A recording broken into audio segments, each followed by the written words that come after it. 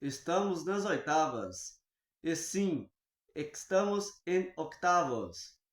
Fala galera, Fute Maurício na área, eu sou Maurício Ângelo e vou falar hoje da classificação de Brasil e Paraguai no nosso, no seu, no meu Café com Maurício.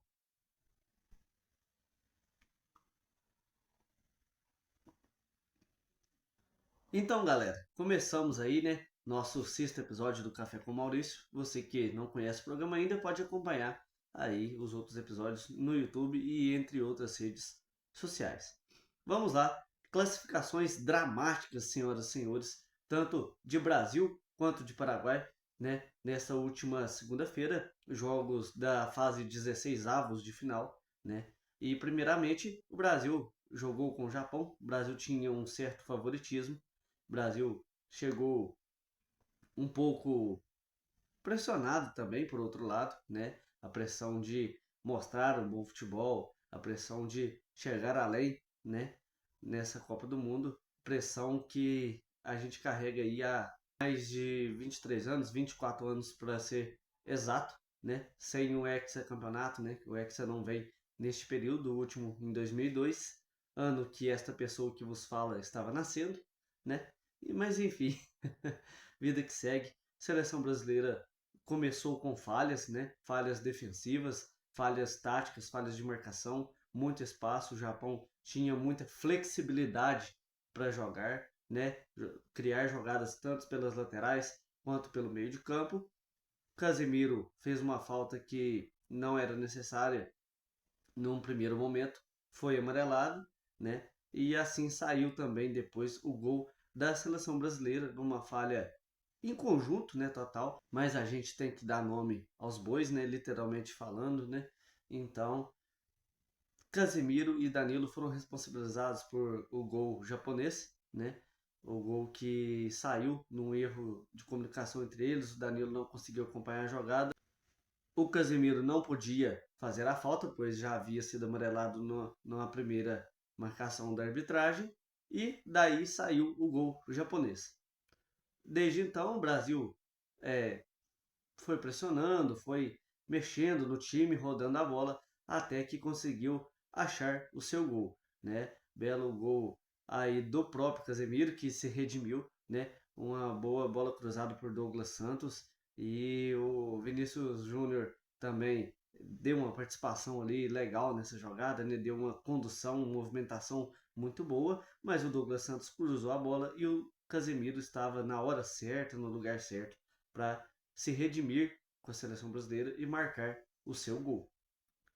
Daí então, 1-1, um jogo dramático, né? Um jogo que o Brasil teve bons volumes de jogadas, principalmente no segundo tempo. O Ancelotti arrumou a casinha, fez as substituições certas, né? Uma ótima partida do Bruno Guimarães, inclusive também, e do próprio Bruno Guimarães saiu o passe para o gol do Gabriel Martinelli, né? Sempre tem essa jogada entre os dois têm essa comunicação certa entre os dois, e daí saiu o gol da seleção brasileira, o gol da vitória, né, nos acréscimos.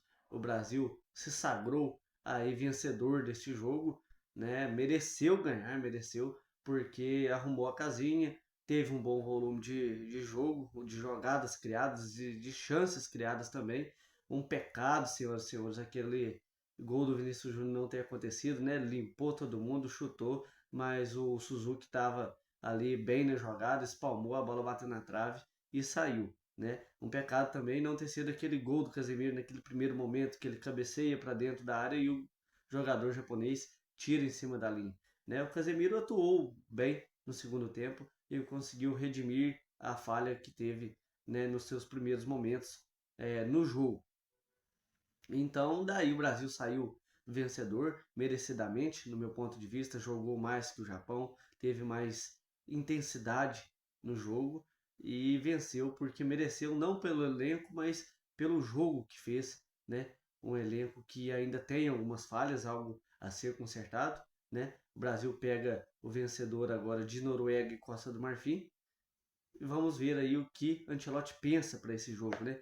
O que ele vai fazer, se vai consertar alguma coisa, se tem alguma coisa para ser aprimorada, né? Creio que deve ser aprimorada aí a defesa, o sistema defensivo do Brasil ainda peca muito, ainda abre muito espaços, então creio aí que esse é um ponto a ser ajustado, né? E falando do outro jogo agora, né? O Paraguai, senhoras e senhores, fez história na Copa do Mundo, fez história. Os paraguaios lutaram e lutaram até o final, saíram na frente, né? Com um gol de Enciso, um belo gol de cabeça após boa jogada dos jogadores paraguaios, do Gustavo Gomes e dos outros jogadores que fizeram, né? Aquela jogada tremenda ali na lateral do campo ali, cruzaram a bola para a área e o Enciso também estava na hora certa, no lugar certo e fez um belo gol para a seleção paraguaia. Depois, a seleção paraguaia se defendeu muito bem, foi para cima também nos momentos de contra-ataque, mas mais se defendeu do que contra-atacou. Só que acabou tomando um gol também, do mesmo jeito, de cabeça, né? Então, senhoras e senhores, fomos para a tão temida prorrogação. Uma seleção que ainda não tinha feito gols na Copa do Mundo, ainda não tinha vencido em uma Copa do Mundo, a seleção paraguaia acabou fazendo seu gol justo contra a Alemanha e levando este jogo para a prorrogação contra a poderosa Alemanha, tetracampeã mundial. Daí, senhoras e senhores, na prorrogação, a Alemanha fez um gol, mas estava irregular a jogada, pois um jogador da Alemanha, ali o camisa de número 3, ele derrubou o goleiro Orlando Gil, deslocando ele da jogada, e o gol, portanto, foi invalidado após análise do árbitro de vídeo. Portanto, daí em diante, o jogo foi se arrastando, o Paraguai se defendendo heroicamente e criando pequenas jogadas, mas não teve jeito. Fomos para a disputa dos pênaltis, com destaque para os jogadores que atuam e já atuaram no futebol brasileiro. O Paraguai bateu bem seus pênaltis com Maurício, com Sanabria e companhia. Brilhou também a estrela de Orlando Gil, goleiro paraguaio, que fez 2 defesas de pênalti.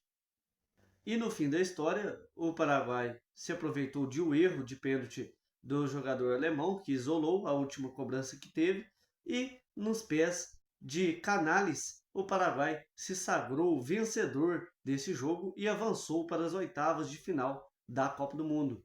Um jogo histórico da seleção paraguaia, um jogo que mostrou que a seleção paraguaia e o povo paraguaio têm resiliência e resistência até o final, mostrando aí que o Paraguai não é a terra somente do tereré, mas também é a terra do futebol, das boas partidas, da sabedoria e da resiliência.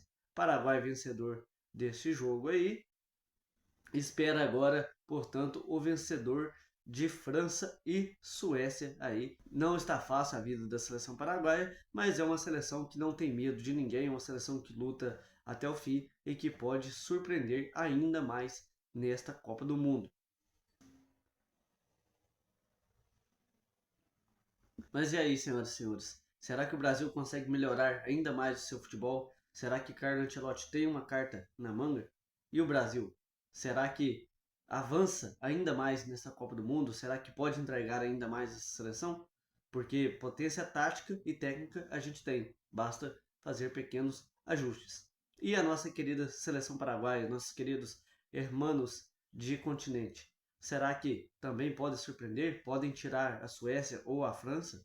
Será que conseguem ter ainda mais resiliência? Também tem qualidade técnica, também tem estratégia essa seleção paraguaia.